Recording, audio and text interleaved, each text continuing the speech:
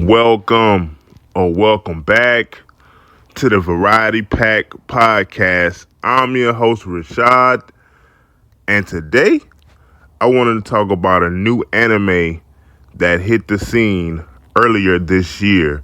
And the anime I'm talking about is none other than Windbreaker. But before we start, I want to tell you guys, follow me on my Facebook at the Variety Pack Podcast. Follow me on my Instagram at the Variety Pack Podcast. Follow me on my Twitter at Variety Podcast. Follow me on my TikTok at Rashad the Variety Pack. So, without further ado, let's start the show.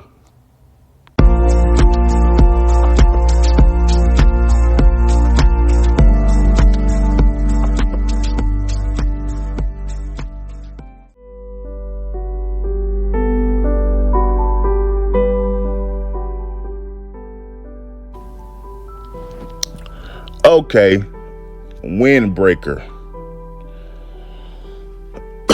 And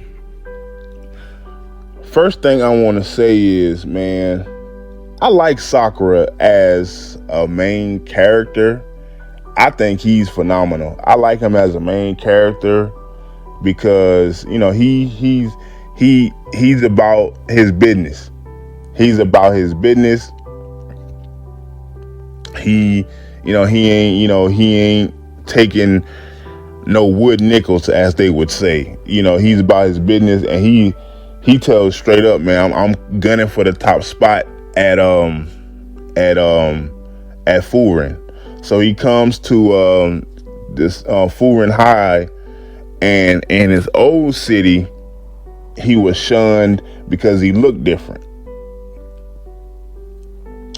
He got half white hair, half black hair, you know, different eye colors. Yeah. So, you know, so he was shunned, you know, outcast, looked down upon. But yeah, then we get to see him in action when he saves my girl Kotoha from these guys harassing her or whatever. So we get to see him, get a little, see what he can really do out here. And he was severely outnumbered, but he still took him down. And so yeah, that's what I like, man. And then you can see my girl Kotoha, she brings him to the diner, and she gives him some food or whatever, and she accepts him. She accepted him, and she didn't judge him. She saw that he was a little different. He just different eyes and different hair color and stuff like that. But she didn't make fun of him or look down on him or whatever. So she accepted him. Because he's like, oh, this dude defended my honor. He helped me out, protected me. So yeah, when it ain't like you, man. My girl Kotoha, man. Yeah, she is top tier. She's definitely going into my waifu academy. Yeah, but and I like the motto that Sakura that he lives by. I love the strong. I have no interest in the weak. So yeah, man. And so yeah, within the first couple episodes, we see, man, Sakura, he doing his business, and I'm like, yo, this dude, man, he wants all the smoke. He's not bluffing. He says he's coming for the top spot, so yeah. But then he gets into, the guys, they come back for a rematch. But this time, my man Sakura, he starts off by himself, but he gets some assistance from other guys at Furin. And then we come to find out that the guys at Furin, they have a group within the Furin High School. They have another group called Bofurin, to where they protect the town, they protect the people, and stuff like that. They protect them from rival gangs and stuff like that. And so yeah, I like that, man. So we get a little bit more of the other guys, and yeah, man, I like that. All these guys, man, they ain't got time for the games. They ain't got time for the BS or none of that. They ain't got time for none of that, man. And so yeah, man. But one thing I noticed about Sakura within the first couple episodes, he has a hard time trusting others and accepting others. Because he was an outcast in his old town. They looked down on him, treated him like nothing. So it's only right that he has a hard time trusting people, having trust issues, and like, yo, I don't know, because the people, they see Sakura, they see him with the Furin uniform on, so they know, like, oh, he's protecting us. And they want to congratulate him, and like, yo, thanks for helping us, thanks for protecting us. But you can see he's reluctant, like he's very reluctant to, like, and then my girl Kotoha, she has to basically, get him to slowly open up, to be like, yo, you can be yourself here. Ain't nobody gonna judge you. Ain't nobody gonna look down on you. Ain't nobody gonna think less of you here. You can, you can be yourself here, So yeah, you can see that she's like I said, she's accepted him, and she's also helping him open up more, to the people in the town. You come from out of town, but she's helping him, open up more and be more,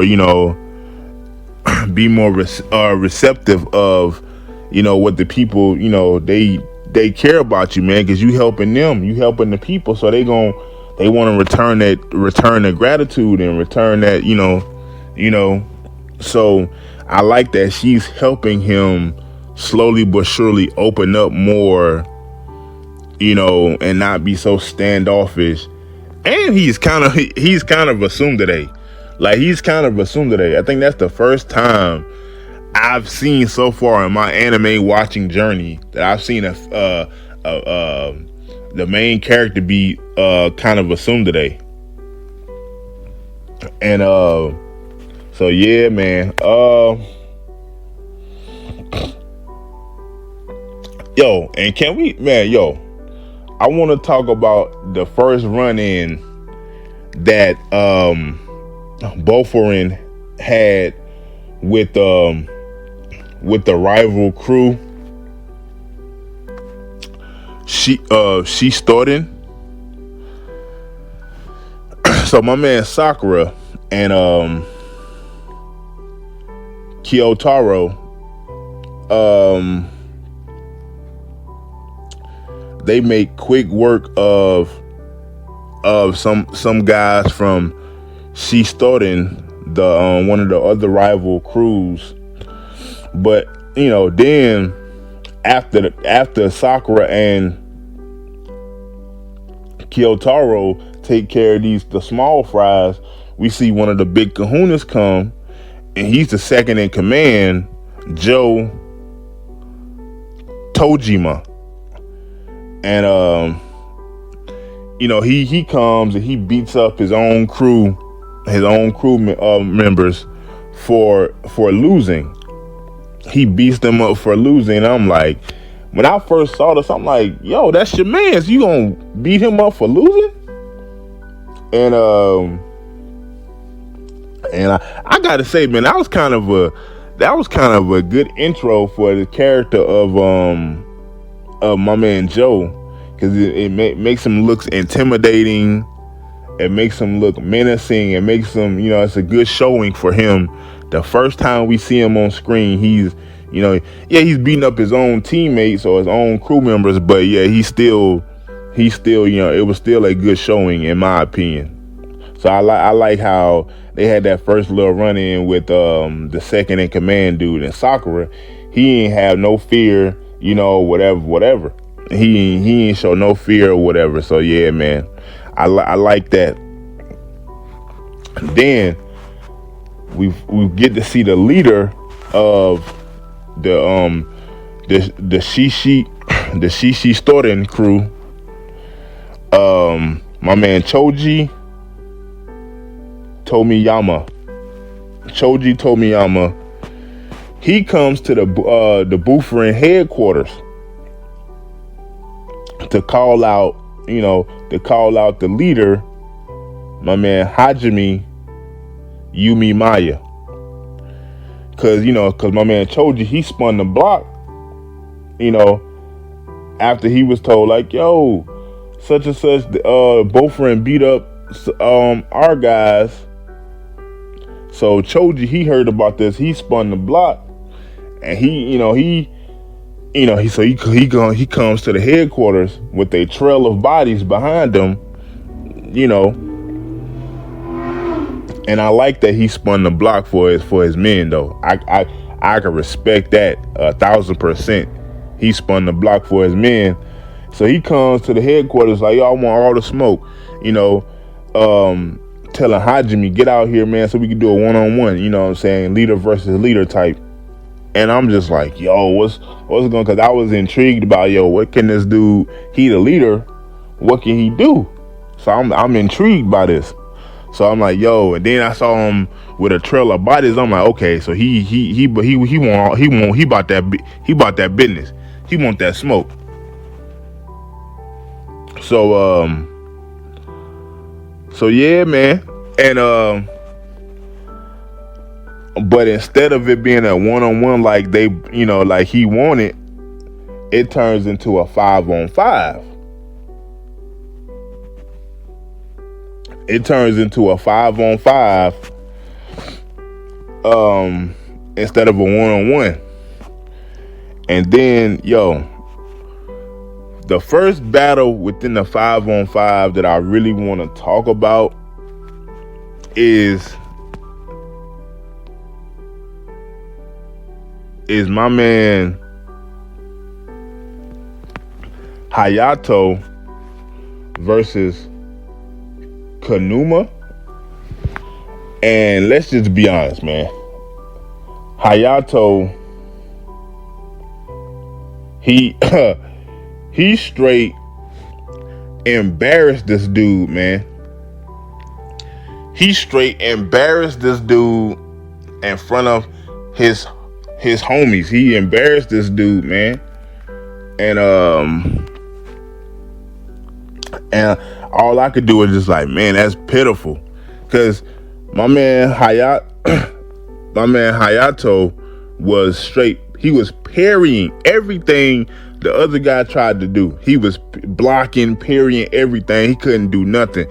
He was ducking, dodging, blocking everything, man. And I was just like, yo. And then the second in command, my man Joe, he was looking so disappointed, man. He was looking so disappointed. But yeah, I like Hayato. Go back a little bit when Sakura, he met him, and when he first met Hayato gonna talk about, my name is Leonardo DiCaprio. And at first I was like, is that really his name? Because he almost got me hook, line, and sinker. And So yeah, the first time Sakura met Hayato, like I was like, I like this dude. I like his style. And then also the first time he met Kyotaro.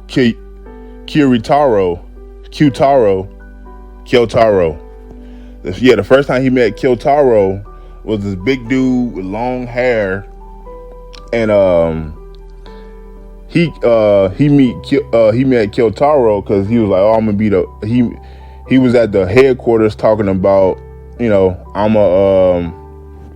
gonna be the number one. I'm aiming for the number one spot. And then Kyotaro was like, nah. He came in there wanting all the smoke. Had a little scuffle with Sakura. And Sakura bloodied his nose or whatever. And so the first, so I had to back it up a little bit. And because I like the first time he met Kyotaro, and first time he met Hayato, like, yo. But yeah, back to the fights. But yeah, man, when he when my man Hayato was fighting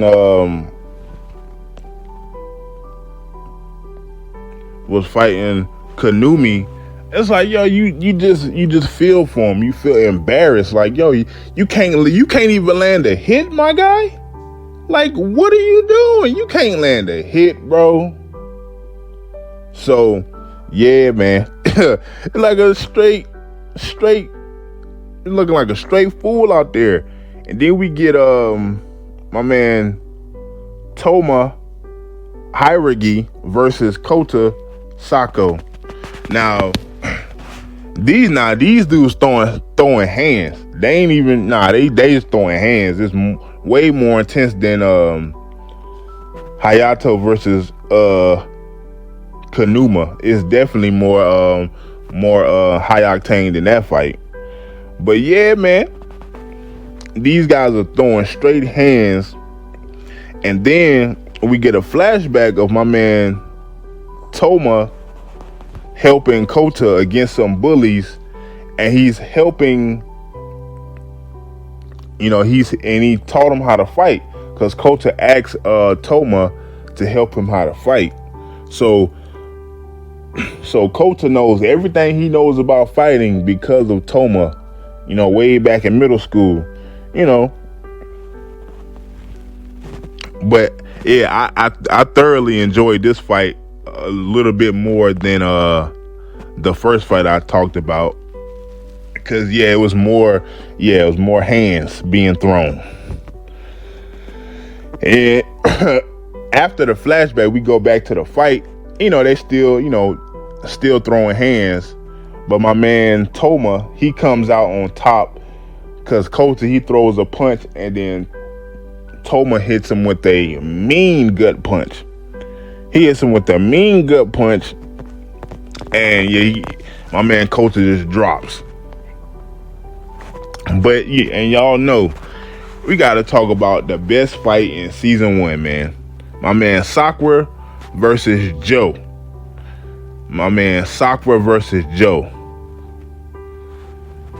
So we got Sakura versus Joe, the second in command. And yo, these dudes waste no time, man. Waste no time getting to it. You hear me? They waste no time getting to it. And at first I was kind of like, oh man, I wonder how Sakura gonna do against the second in command, because you're the second in command, and like, yo, you're gonna be a tough opponent. So I was kind of like, I wonder how my man Sakura gonna do against him. But I was surprised. I was like, yo, he was actually holding his own. These dudes, they're just straight throwing hands, man. And they both getting bloodied, but you could tell they're having the time of their life fighting each other. You could tell they're having the time of their life fighting each other, because they're while they fighting, they smiling, having a good time. Yeah, you could tell that respect for them, for each other is slowly growing, as they're fighting. Their respect for each other is like, yo, you strong, I'm strong, and we know, part of Sakura's motto is, I respect the strong. So yeah, Sakura, he's like, yo, I got this top tier opponent that I'm fighting against. Yeah, man, and I think that was a great test for Sakura, man. And we get a flashback of my man Joe. He's get a flashback of him meeting Choji, and we see his early days at Shishitoden. And the one thing I noticed in that flashback is Choji, he beats up his crew because they came back to the hideout, and they lost. And he beats them up and takes their jacket, and then so we see how Joe, we saw it in the way before the flashback when he first met Sakura, he beat up his own crew and he took his jacket off. So we see in the flashback, we see how Joe, how he first, like, yo, you learned to do that way back, and you learned it from Choji. You know what I'm saying? Because, at first he was like, why does it always have to end up like this? You know what I'm saying? So that tells me at first he wasn't really down with the whole beating up his own crewmates, beating up his own crew members and taking their stuff. He wasn't down with that. He learned, he gradually learned and gravitated towards how to do that, So yeah, so he wasn't like that in the beginning. So that's one thing I learned. And he was like, and then when Joe was like, oh, why does it always end up like this? Choji was like, Joe was trying to talk some sense into Choji. He was like, nah, I don't want to hear it. I'm the leader. If you don't like how I run things, you can leave. And then if I'm Joe and a person talks to me like that, you ain't even trying to hear what I'm trying to say, you just like, oh, I'm the leader, I make the rules, y'all, either follow my rules or, hit the road. If that was somebody talking to me like that, I'm hitting the road. And then, but Joe, he stayed on. He was like, okay, cool, whatever. He stayed down, and he, so yeah, then we get, back to the present, and with these guys still throwing hands, top tier combat. I loved it, man. I'm pretty sure every Windbreaker fan out there can agree, man. This was the best fight in season 1. Best fight in season 1.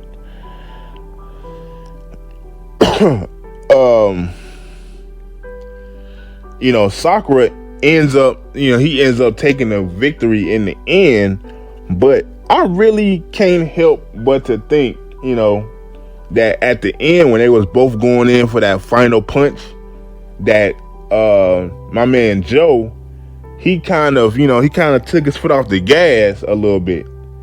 He kind of took his foot off the gas because he was right there. They was both finna connect with both of the punches. I thought it was going to end in a draw, to be honest. That was my initial. I was like, yo, this might end in a draw. And these guys, they were looking evenly matched, man. So I thought it was going to end in a draw, but then you can see at the end, Joe, he kind of took his foot off the gas going in for that last punch. He kind of like, I'm like, yo, and he even said like, yo, I give up, because he could have got back up and could have still been fighting, but he said, I give up or whatever. So a lot of people may think that's kind of controversial, like, oh, you kind of let him win a little bit, But I still enjoyed the fight. You know what I'm saying? I still enjoyed the fight, and you could see that it was a respect between the two guys, man, even after the fight. So I liked it, man. You know, even some people out there be like, oh, it's kind of controversial, or he let Sakura win, whatever. But yeah, you know, I still enjoyed it, man. And then you can see, going back to the flashback a little bit, with my man Joe, he even admitted, like, yo, I took the wrong path. You know, he admitted, I took the wrong path, but he's like, I took the wrong path, and I should have challenged Choji that day instead of averting my eyes. You know what I'm saying? And cause Sakura, he was like, yo, I don't, like, he was saying that in the fight against Joe, he was like, yeah, I don't care what happens, I'm never gonna avert my eyes, even if the guy saved my life. He was like, yo, I'm not gonna avert my eyes or whatever. And then Joe, he kind of was like, yo, he kind of made him think about his situation, like, yo, I chose the wrong path. I averted my eyes when I should have, challenged Choji on that day, but I just accepted it and went along with it, So yeah, man. So yeah, I like that. You can see that respect between both of these men. Between both of these men, that's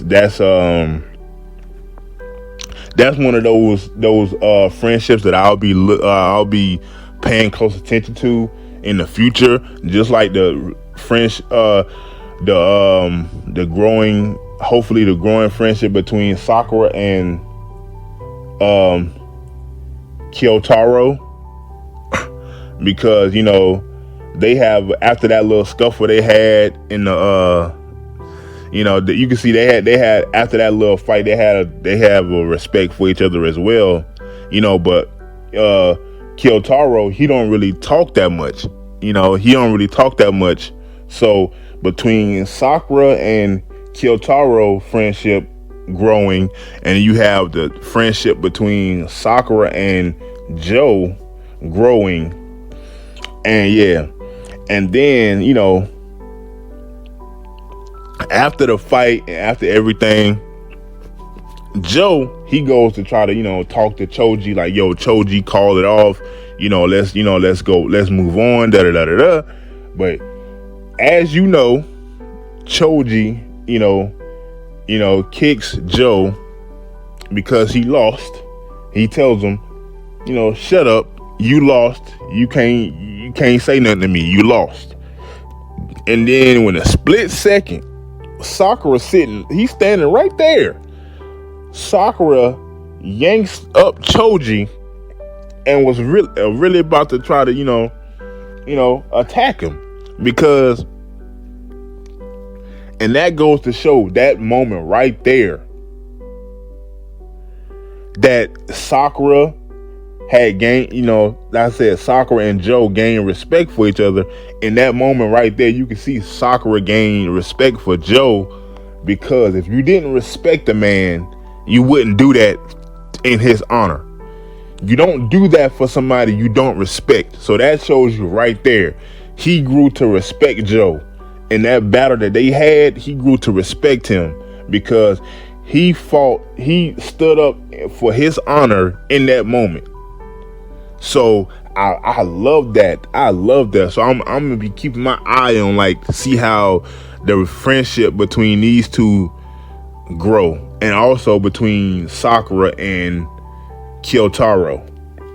So yeah, man.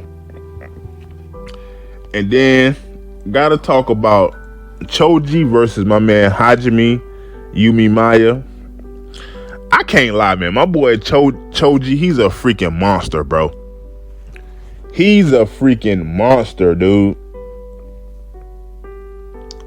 He's a freaking monster, bro. He wants all the smoke. they ready to get the scrapping. But the one thing I noticed, it was one punch that Choji, he dodged it from Hajime. I ain't gonna lie, he dodged it. But the sheer force of the punch gave Choji a nosebleed, man. You know, and that was at the start of the fight. That was at the very start of the fight. My man, you know, Choji, he lands an uppercut, a clean uppercut, but it really don't affect Hajime at all. And then he knocks Choji back to the ground. It's like, yo, he tells Choji, he like, I told you that's not gonna work on me. And he knocks him to the ground. I'm like, yo. And then Hajime, he just bobbing and weaving, like ducking. Like, you know, Choji can't get a hit. He's trying to hit, you know, he's trying to get a hit, you know. Then he hits Choji with the counter punch. So you see, my man Hajime got the upper hand. You know, Hajime got the upper hand in the battle. Then Choji, he freaking loses it, and he just gets on top of Hajime and just starts, you know, wailing on him. You know, but you know, he's wailing on him, and then he even goes for the jugular, man. Try to take a chunk out of my man's neck, bro.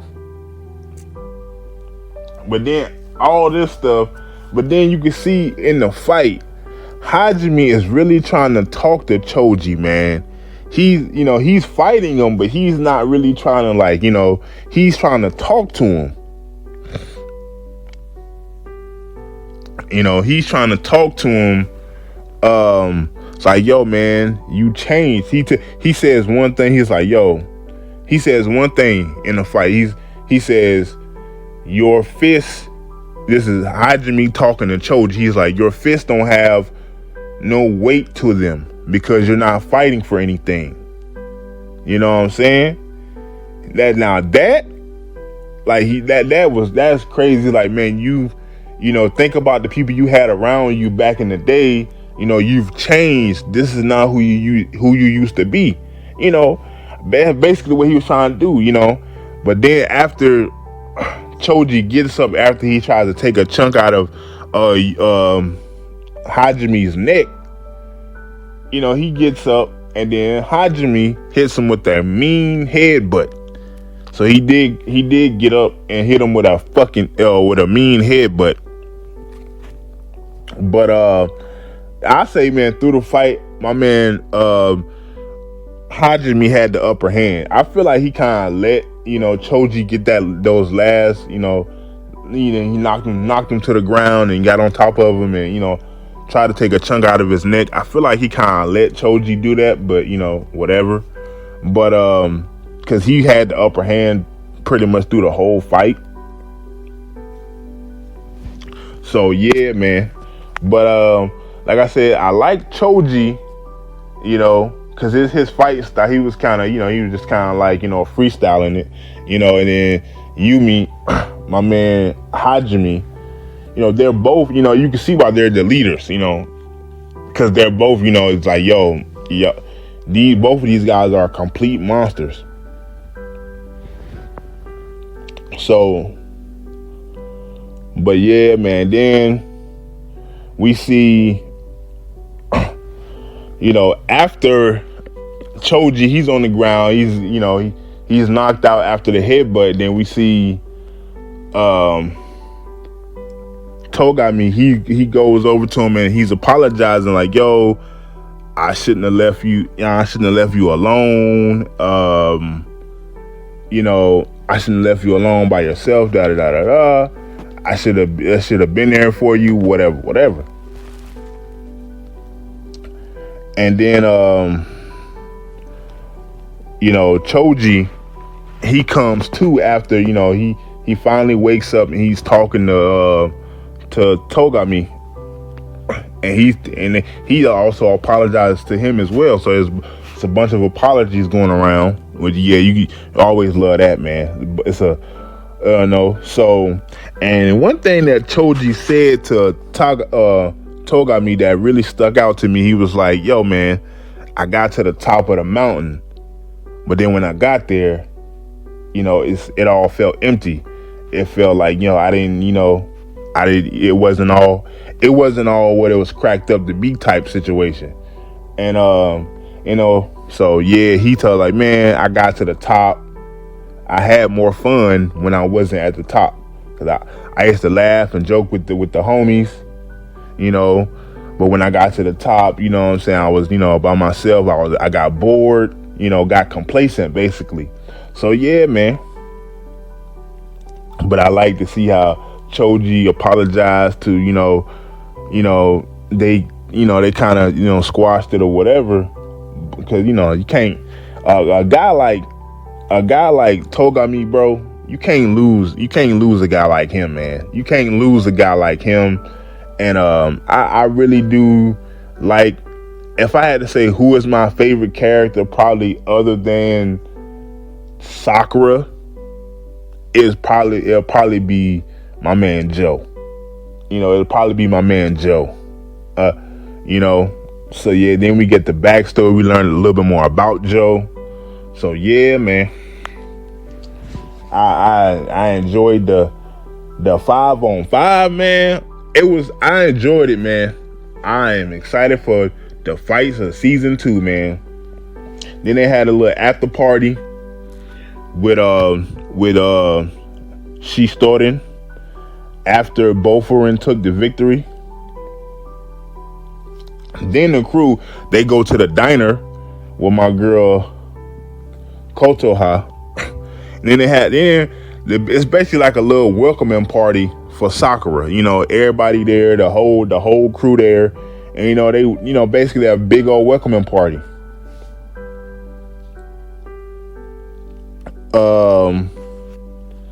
Yeah, man. Then we get to see a couple of more classmates in action.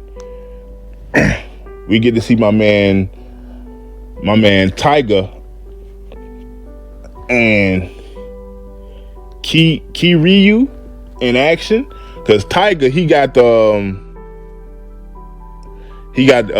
big old orange afro, and he got the headband. So yeah, then we got my man Kiryu.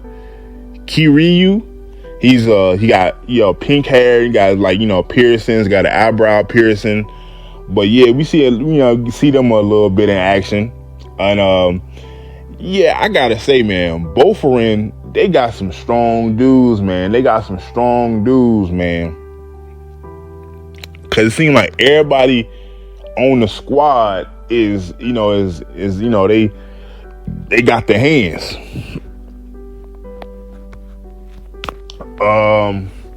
So yeah, man. But speaking of another motto, it's the Bofurun motto. And then my man Taiga, he tells Sakura to memorize the motto. Anyone who causes pain, who brings destruction, who holds evil in their heart, will be purged by Bofurun without exception. So I'm like, yo, that's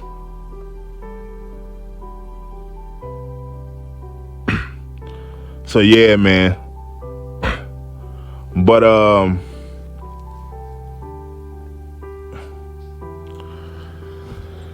then we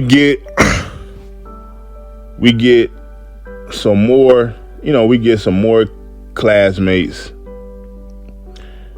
and we get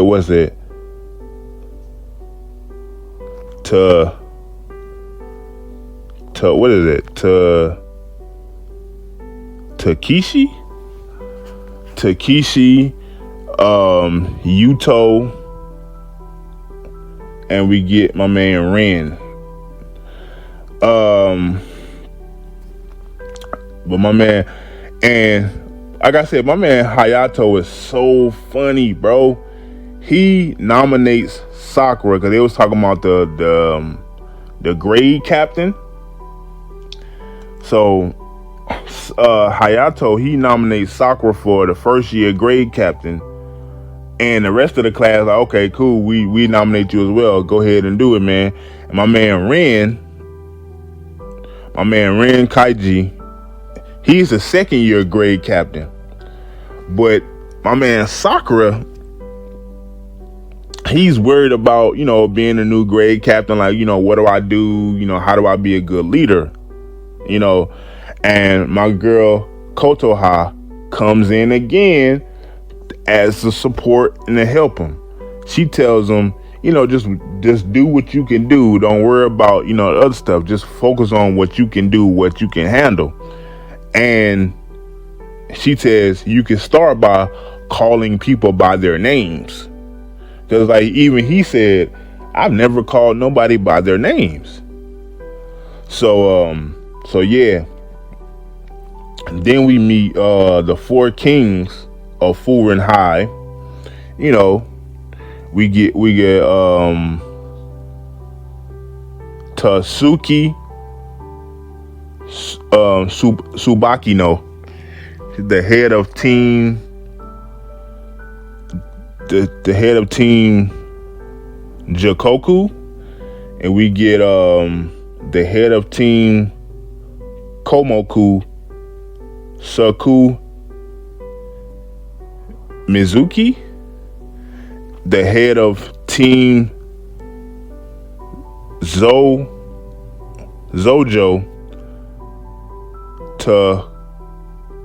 Takumi